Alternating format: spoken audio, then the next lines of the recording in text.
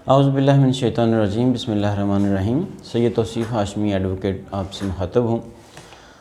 सूरत हाल आज की जो वीडियो की रिकॉर्डिंग के हवाले से है, आज की उसका मकसद ये है कि जो इंश्योरेंस सेक्टर के हवाले से इंश्योरेंस कंपनियों के ख़िलाफ़ जो शिकायत सामने आ रही हैं कि जिसमें मिस सेलिंग की शिकायत है कि हमें कहा कुछ गया है और कर कुछ दिया गया है।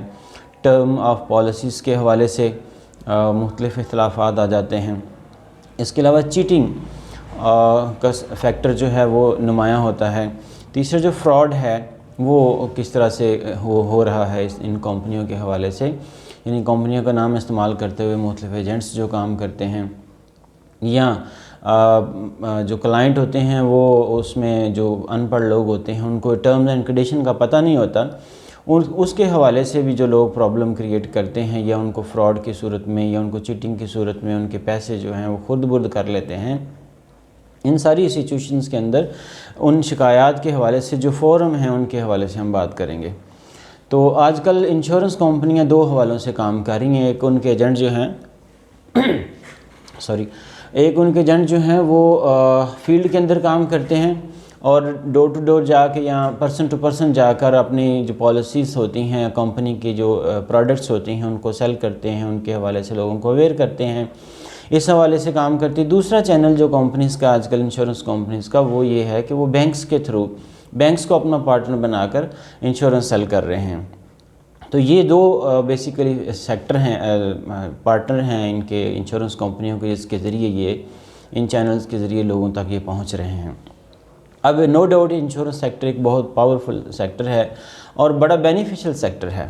यानी हेल्थ इंश्योरेंस हो या लाइफ इंश्योरेंस हो, उसमें सेविंग है, उसमें प्रॉफिट है, उसमें रिस्क आपके कवर्ड हैं। तो ये एक बहुत अच्छा सेक्टर है। लेकिन इसको जो मिसयूज़ किया जाता है उस हवाले से जो मुख्तलिफ़ शिकायत अभी ये जो चंद साल गुज़रे हैं इसमें बहुत सारी जो शिकायत सामने आई हैं, तो उस हवाले से ज़रूरी था कि आप लोगों को अवेयर किया जा सके। तो तीन मैंने कहा कि फैक्टर हैं जिसके ज़रिए लोग मुतासर होते हैं या इफ़ेक्ट होते हैं। एक तो मिस सेलिंग है, दूसरा चीटिंग है और तीसरा फ्रॉड है। अब जो मिस सेलिंग है उसमें मैंने बताया आपको कि जो एजेंट है वो किसी भी चैनल का हो, यानी फील्ड से हो या बैंक चैनल से हो, वो क्लाइंट को कुछ बता रहा होता है और उसकी पॉलिसी डॉक्यूमेंट के अंदर कुछ लिख रहा होता है। उसकी चंद एग्जांपल्स ये हैं कि वो ये कहते हैं कि जनाब आप इतने पैसे इतने सालों में देंगे और आपको इतने सालों में इतने लाख रुपया ज़्यादा मिल जाएगा, जबकि ऐसा नहीं होता। वो सिर्फ उसको लुभाने के लिए ज़्यादा प्रॉफिट्स बताकर, कम टाइम के अंदर ज़्यादा प्रॉफिट बताकर ये मकसद होता है कि वो पॉलिसी कर ले और इस झांसे में आ जाए कि जनाब यहाँ तो दूध शहद की नहरें बह जाएंगी। तो ऐसा नहीं है। तो जब बाद में उसको पता चलता है कि मेरे साथ ये सारी चीज़ें गलत हो गई हैं, तो ये मिस सेलिंग के ज़ुमरे में आएगी। और चीटिंग के हवाले से, फ्रॉड के हवाले से भी कुछ इसी तरह के सिनेरियोज़ हैं। आप टर्म उसको 5 साल की बता रहे हैं लेकिन बाद में 15-20 साल की लिख देते हैं पॉलिसी डॉक्यूमेंट्स के अंदर। तो उसका फैक्टर ये होता है कि एट द एंड जाके जब वो लेना चाह रहा है 5-10 साल के बाद उसको सरेंडर चार्जेस पड़ते हैं। लेकिन अगर उसकी टर्म ही 5 या 10 साल हो तो आफ्टर द टर्म जो है वो पॉलिसी मैच्योर हो जाएगी, उसमें उसको सरेंडर चार्जेस की मद में जो पैसे कटते हैं वो नहीं पड़ेंगे।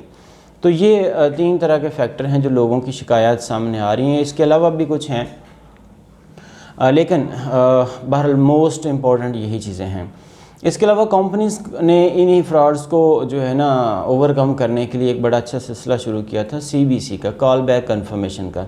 यानी जब एक एजेंट जो है वो बैंक चैनल से हो या फील्ड से हो, तो वो क्या करते हैं, वो जब डॉक्यूमेंट्स हेड ऑफिस भेजते हैं कंपनी का नुमाइंदा उनको उन टर्म एंड कंडीशन के बारे में कॉल करता है कि आपकी पॉलिसी इतने लाख की है, इतने साल की है और इतना प्रॉफिट आपको अप्रॉक्सीमेटली अकॉर्डिंग टू इलस्ट्रेशन मिलेगा।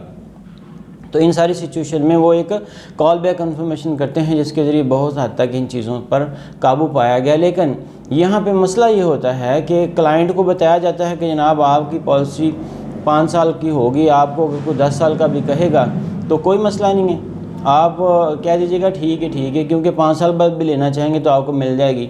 लेकिन होता यह है कि 5 साल के बाद आप बिफोर मेच्योरिटी डेट आप लेते हैं तो सरेंडर चार्जेस की मद में एक्स्ट्रा उनको लॉस होता है फाइनेंशियल। तो इस तरह की सिचुएशंस हैं। अब ये जो भी कंप्लेंट सामने आती है या जिस तरह से भी आप मुतासर होते हैं, आपके लिए जो फ़ोरम मौजूद हैं इनकी इस रेमेडी के हवाले से, वो फ़ोरम आपके पास सबसे पहले तो बात यह है कि आप उसी के अकॉर्डिंग जो आपकी कंप्लेन है और कंपनी के कंप्लायंस डिपार्टमेंट को, कंप्लेंट डिपार्टमेंट को करेंगे। अगर वो आपको सेटिस्फाई नहीं करता तो उसके बाद आपके पास अगले फ़ोरम हैं। अब जब आप कंपनी के कंप्लायंस डिपार्टमेंट को लिखेंगे तो वो आपके साथ बाकायदा कॉरस्पॉन्डेंस करेगा, आपके साथ रब्ता करेगा और आपके ग्रीवेंसेस सुनेगा और उसके बाद जो भी मामला है वो आपको रिटन सूरत में देगा। जब आपको वो रिटन सूरत में दे देता है और आप उससे सेटिस्फाई नहीं होते तो आपके पास नेक्स्ट जो फ़ोरम होता है वो SCCP का होता है, जो डिस्प्यूट रेजोल्यूशन डिपार्टमेंट है SCCP का। वो उसके पास जब आपकी कंप्लेंट जाती है तो वो मुतलका जो फ़ोरम है, कंपनी जो आपकी है, वो कोई भी इंश्योरेंस कंपनी हो, उसके नुमाइंदों को वो लिखता है कि नाब आपके अगेंस्ट ये कंप्लेन आई है, आपका ये एक क्लाइंट है, उसके ये ग्रीवेंसेस हैं जो आपको लिखे गए थे लेकिन आपने रिजॉल्व नहीं किए, लिहाजा इसके हवाले से जो क्यूरी हैं उसको रिस्पॉन्ड करें। अब वो उनके रिस्पॉन्ड को भी पास रख लेता है और दोनों पार्टीज़ को कॉल कर लेता है। जब वो कॉल कर लेता है तो फिर उसके बाद वो दोनों पार्टीज़ को सुन के जो भी डिसीजन होता है वो कर देता है। तो ये सेकंड फोरम होता है इस ये जो रेमेडी अवेल करने के लिए अगेंस्ट द जो सिचुएशंस पहले डिस्कस हुई हैं, फ्रॉड और चीटिंग, मिस सेलिंग के हवाले से, जो भी आपका ग्रीवेंसेस अगेंस्ट द कंपनी और अगेंस्ट द एजेंट है। जो थर्ड आपके पास फ़ोरम होता है आपके ग्रीवेंसेस को एड्रेस करवाने के लिए, वो वफाकी महोत्सव है। वफाकी महोत्सव जो इंश्योरेंस है वो इन चीज़ों को डील करता है और जितने भी इंश्योरेंस सेक्टर के हवाले से इश्यूज़ होंगे वो इनको एड्रेस भी करेगा और इनको रिजॉल्व भी करेगा अकॉर्डिंगली एज़ पर लॉ। तो ये तीसरा आपके पास एक फ़ोरम है। चौथा फ़ोरम जो है कि अगर आप इन तीनों फ़ोरम के साथ सेटिस्फाई नहीं हैं और कोई ऐसा मैटर है जो आप सिविल लिटिगेशन में भी लेके जा सकते हैं, तो फिर आप कंपनी को सिविल मैटर्स में लेके आके तो सिविल कोर्ट्स के अंदर, अदालत के अंदर लेके आ सकते हैं और उसके अगेंस्ट जो भी आप सूट फाइल कर सकते हैं और उस सूट के नतीजे में जो आपके ग्रीवेंसेस होंगे उसके ऊपर एज़ पर लॉ कोर्ट जो है वो डिसाइड करेगी। तो ये चीज़ें थी कुछ आज की वीडियो के हवाले से जो इंश्योरेंस सेक्टर के हवाले से मुख्तलिफ़ शिकायत सामने आई हैं या आ रही हैं मुसलसल, उनके हवाले से जो फ्रॉड या चीटिंग या मिस सेलिंग के आंसर हैं या इफ़ेक्ट्स हैं या जो ग्रीवेंसेस हैं क्लाइंट्स के हवाले से, उनको किस तरह से डील किया जा सकता है और कौन कौन से फ़ोरम हैं। इस वीडियो के हवाले से जो भी आपका फ़ीडबैक होगा वो दीजिएगा, हम आपकी आरा को ऑन करेंगे और अगली वीडियोज़ के अंदर आपकी आरा के हवाले से भी रिस्पॉन्ड करने की कोशिश करेंगे और आपको आपके रहनुमाई के लिए ज़्यादा बेहतर तरीके से आगे काम कर सकेंगे। बहुत शुक्रिया।